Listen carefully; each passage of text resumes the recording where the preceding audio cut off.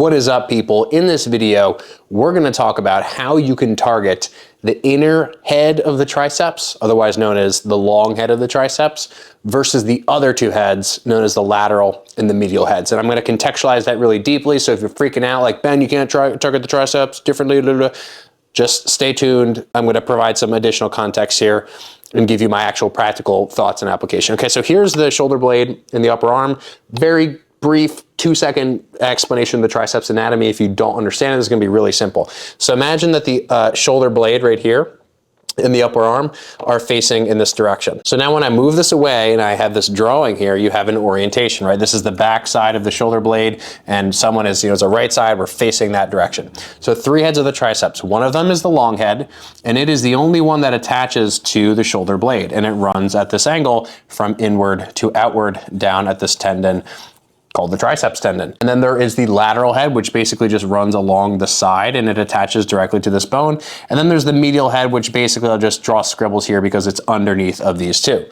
So 2 of the 3 heads, the lateral and the medial, outer and sort of underneath, are single joint. They don't cross this joint known as the glenohumeral joint. But the long head, it attaches to the shoulder blade, which means that it is affected by position of this arm. So what does this all mean and why does this matter for practical application? Well, if this represents the long head of my tricep, again, attaching from the shoulder blade down, and the other 2 you can just imagine on the upper arm running down across the elbow, all 3 of them, because they sit on the back side of the elbow joint, they straighten the elbow. You probably already know that. Cool. But how specifically does this crossing the shoulder actually affect recruitment differently in different positions and exercises? So just think about this simply. Let's draw 2 comparisons. Imagine a triceps extension, just a traditional rope extension where your arm is at your side and you're, just going through the extension like a normal human. And then alternatively, imagine an exercise where you're doing some kind of press. This could be something like a triceps cable press. This could be something like a JM press or something similar with a barbell. Basically any pressing motion where you're moving both your shoulder and your elbow. Those are the 2 kind of archetypes of motions. So here's why identifying these differences actually matters, and here's why it's relevant to understand the anatomy. If you are doing some kind of triceps pressing type motion,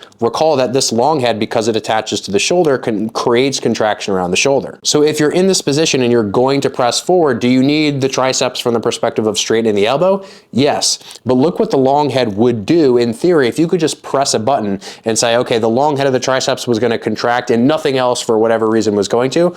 What it would do, because it sits directly below this joint, is it would pull the arm inward and downward toward the side, at least to a small degree. So what that means is that if there were such a thing as biasing any of the heads of the triceps, you would be biasing the single joint heads, the outer or lateral head and the medial heads, because they have no role to play at the shoulder. In other words, they're not affecting the ability to press forward in any way. However, if we were to do some kind of just normal rope extension with the arm at the side, with the arm maybe over the head like a katana extension, or even something with the arm out wide where you're just keeping the shoulder perfectly still and you're moving the elbow, well, because the shoulder isn't trying to move all over the place, this long head's contraction is going to be really, really good at managing the relationship between this bone and keeping these bones stable and moving the elbow simultaneously. And so from a simple takeaway perspective, here's what this means. The long head is a 2-joint muscle. It crosses both the shoulder and the elbow. The medial and the lateral heads are single joint muscles, which means that whether it's a press or whether it's a normal extension, whether or not your shoulder is moving,